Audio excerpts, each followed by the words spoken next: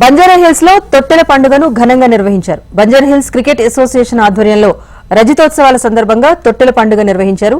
బంజారాహిల్స్ లోని గౌరీశంకర్ నగర్ లోని పోచమ్మ మైసమ్మ ఆలయం నుంచి గండిపేట వరకు భారీ ఎత్తున ఈ తొట్టెల పండుగ నిర్వహించారు.